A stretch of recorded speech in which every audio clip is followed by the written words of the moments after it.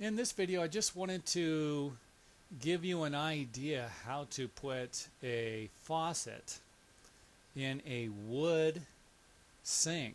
And you can see here we've got a wood sink, and this isn't going to be the norm here. Obviously, sinks made out of wood aren't going to be the norm. You're not going to run into this every day. That's what it looks like as a complete unit. It was purchased that way. And here's the drain that it came with, which we had to remove. That wasn't going to cut it at all. There's the back where we got to hook it up to. Now here's the problem. The faucet needed to be a little larger. This hole that they gave us wasn't going to be enough. So I went ahead and drew the area I needed to remove, and then grabbed a router with a straight shank and routed out what I needed to make the hole a little larger.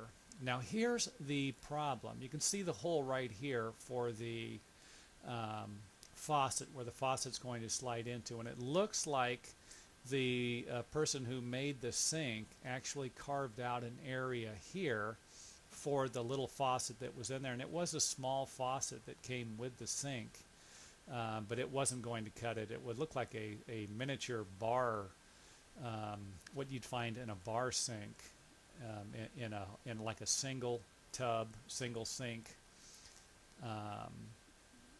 Had like a little loop on it. It was real small. It wasn't even we didn't like it, so we had to put another one in, and the only one we could really find was a single valve kitchen faucet. And you could see here there just wasn't enough room to put a regular bathroom sink that would have had a bathroom faucet that would have had two handles in it, unless I would have carved out a crap load of this wood, which it still would have been a nightmare. And again, I'm not saying it's impossible. Let's face it, you could have added some material to this part of the sink and put a faucet in. We chose to go with a single handle, and that seemed to work fine, except for the fact that we needed to remove more of the area here, more of the sink, which you could have seen if they would have carved this area straight down, we wouldn't have had a problem. But of course that would have been more work for the person selling the sink, right? So that ain't gonna happen. So anyway, I just took a skill saw and cut three notches in here. Now I need to point out, this is teak. This is a teak sink, which is an extremely hard wood. And I have a chainsaw, but there's no way this chainsaw would have cut through there with the blade I have. It was just too hard. There's another view of it. And again, I just grabbed a hammer and a chisel after I cut the notches out and chiseled them out. And of course there you can see it there. And you just grab your chisel and chunk off these little babies here, and you're good to go. And like I said, it's a lot easier said than done. I've got to say that with the teak. Another picture, another view of it. Now here it is. I put it in. Except you can see that it's tight here. It's tight up against the wood. I still need to remove more wood, but this is as far as I could go with my saw and my chisel. So I went ahead and got a drill and put a little auger bit on it, and used that to drill in. And you can see here I just drilled in, just took my time. This took a while, and I drilled and I removed as much wood as I could until I had at least a 1/4 of an inch space between the braided line from the faucet and the wood. I didn't want the braided line to be rubbing on the wood anywhere. And let's face it, this faucet actually turned to the right or the left, which would have moved the braided lines in either direction also. So I had to make sure that I turned it a couple of times to make sure that it wasn't going to hit the wood in any area, just in case someone got to the point where they were moving this thing daily, moving the faucet from right to left, and then eventually you would have wore a hole in the braided lines. And here it is after it's completely done, and you can see the faucets in there, and it's not even close.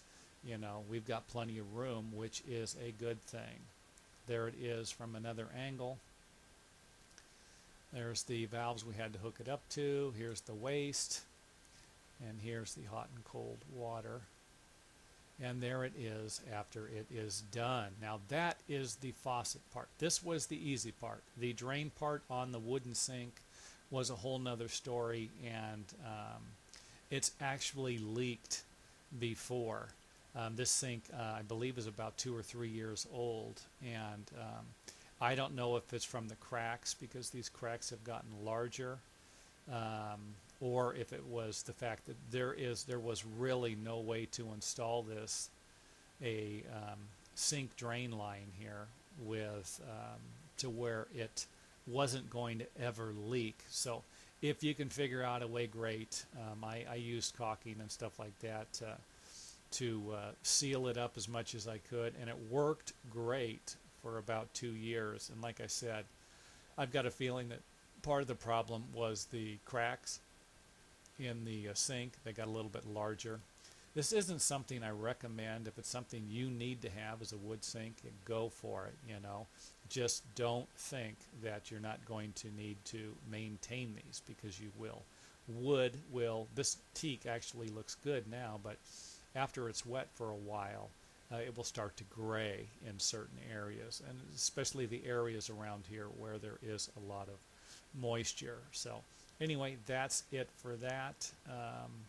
I just made the video to give you an idea how to put a faucet in a wood sink like this, and what it would take to get it in there sometimes. And the drain's a whole nother thing. Maybe I will do another video about that shortly.